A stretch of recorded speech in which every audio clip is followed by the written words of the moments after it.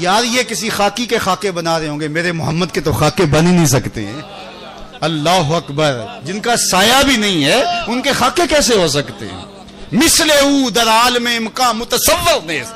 حضرت مجدد الفسانی فرماتے ہیں ان کی مثل بزم عالم میں تصور بھی نہیں ہو سکتا.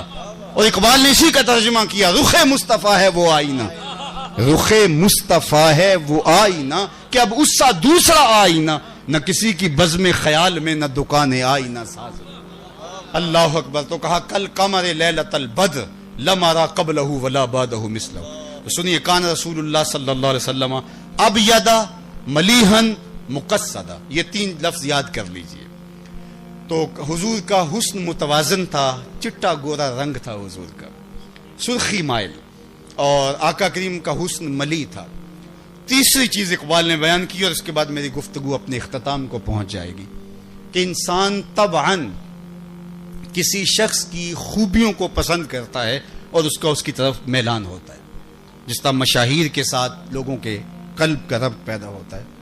بڑے فلاسفرز ہیں، بڑے بڑے جو ہے وہ ادیب ہیں، بڑے جو ہے وہ جنہوں نے قوموں کے لیے کچھ کیا، تو لوگ جو ہے وہ ان کے لیے دل میں محبت رکھتے ہیں. تو یہ ایک انسانی طبع ہے. کسی کے اوصاف، کسی کے وصف اس کی طرف راغب کرتے ہیں. تو اقبال کہتے ہیں کہ اگر آپ چاہیں کہ اپنی نسل کو حضور کی بے لاگ اور بے لوث محبت کا نور ان کے سینے میں انڈیل دیں، تو تیسرا کام آپ کو یہ کرنا پڑے گا کہ حضور کی سیرت ان کے سامنے رکھنی پڑے گی. چونکہ جس طرح میرے حضور کی صورت جیسی صورت کسی کی نہیں، حضور کی سیرت جیسی سیرت بھی کسی کی. اللہ اکبر. سیرت کے عنوان اگر میں چھیڑوں تو یہ ایک لمبی کہانی ہو جائے گی. صرف ایک واقعہ ہے. غیر مسلم نے اسلام قبول کیا کسی زمانے میں، تو جب اسے پوچھا گیا کہ اسلام کی کس قدر نے تجھے متاثر کیا ہے، تو اس نے کہا صرف ایک واقعہ میری ہدایت کا سبب بن گیا. سنی اپنے نبی کی شان. ایک واقعہ میری ہدایت کا سبب بن گیا. وہ کیا کہا؟ ایک دن مجلس رسول لگی تھی، ہجوم عاشقاں تھا، کہ ایک شخص نے کہا حضور میرا بیٹا گم ہو گیا اور ایک عرصے سے مل نہیں رہا، آپ دعا کر دیجئے میرا بیٹا مل جائے. قبل اس سے کہ حضور کے ہاتھ اٹھتے اور اجابت کے در کھل جاتے، مجلس میں موجود ایک شخص جو پیچھے کھڑا تھا، اس نے کہا حضور میں اس کے بیٹے کو شکل سے جانتا ہوں اور ابھی فلاں باغ کے قریب سے گزر کے آیا ہوں، وہاں بچوں کے ساتھ میں نے اسے کھیلتے ہوئے دیکھا ہے. بس بات پوری ہو گئی. اس نے دوڑ لگا دی. تو آقا کریم فرمائے صحابی کو بلایا جائے. بلایا گیا. فرمایا بہت جلدی ہے. جی حضور آپ جانتے ہیں کئی دنوں سے بچہ مل نہیں رہا، میں الگ تڑپ رہا ہوں، بچے کی ماں الگ بے چین ہے، تو میں چاہتا ہوں کہ اس بچے کو ملوں اور اس کو جلدی اس کی ماں کی گود تک پہنچاؤں کہ ممتا کی ماری ہوئی ماں کے دل کو قرار ملے. ماں تو پھر ماں ہی ہوتی ہے. اولاد کے لیے اس کے سینے میں جو محبتوں کا ایک جہاں آباد ہوتا ہے، اس کی کوئی مثال ہی نہیں ہے.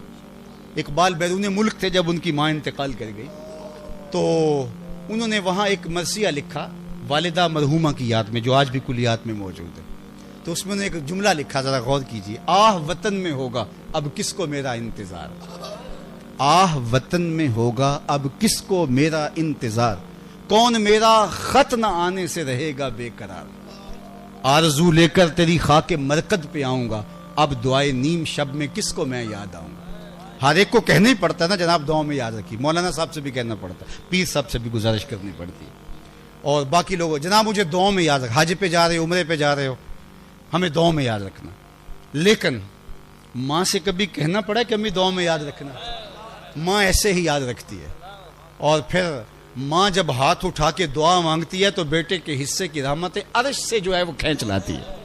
اور لازمی نہیں ہے کہ ماں رابعہ بصریہ ہو تو پھر ہی دعا قبول ہوتی ہے. اپلے تھاپتی ہوئی ماں، گارے سے بھرے ہوئے ہاتھ بھی، لیپا پوتی کرتی ہوئی ماں گارے سے بھرے ہوئے ہاتھ بھی اٹھا دے، اللہ ان ہاتھوں کو بھی خالی نہیں موڑتا. ماں کے سینے میں وہ درک اور وہ محبت کا جہاں آباد کر دیا گیا ہے.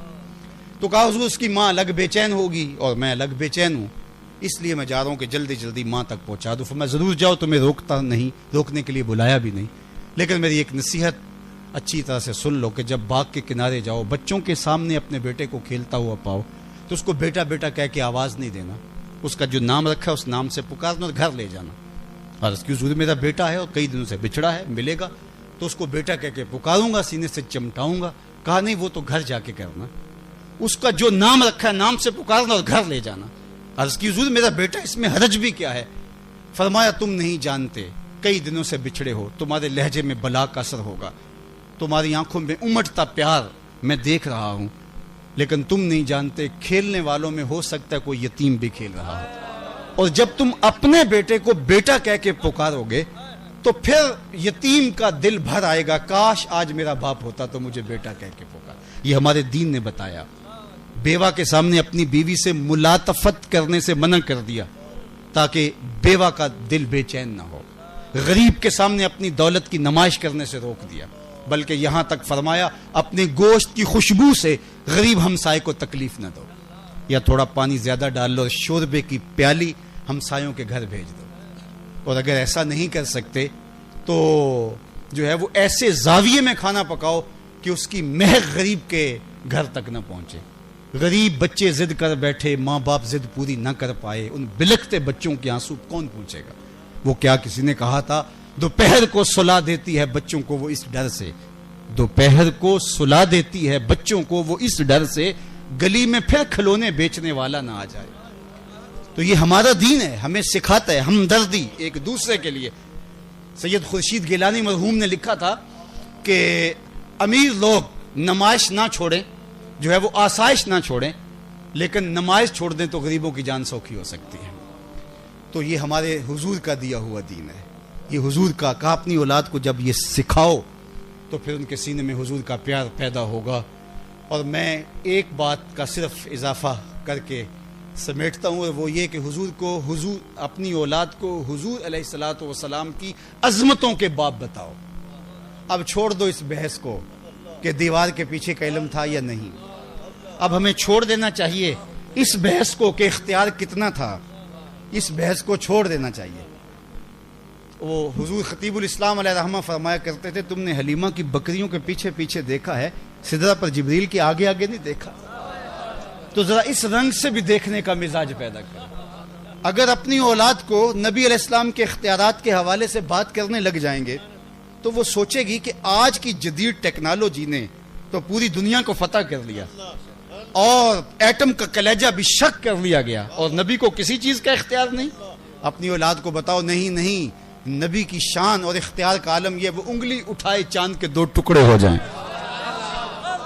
سورج پلٹ کے عصر کے وقت پہ آ جائے، اور سڑیاں کھجوراں اگا جان دائے، اور پتھراں نو کلمے پڑھا جان، قطرے کو سمندر ذرے کو ستارہ کرتے ہیں، کونین کو خم آ جاتا ہے جب زلف سوارا کرتے می وریا کستوریاں دا، می وریا کستوریاں دا، جدوں یار نچوڑیاں زلفاں۔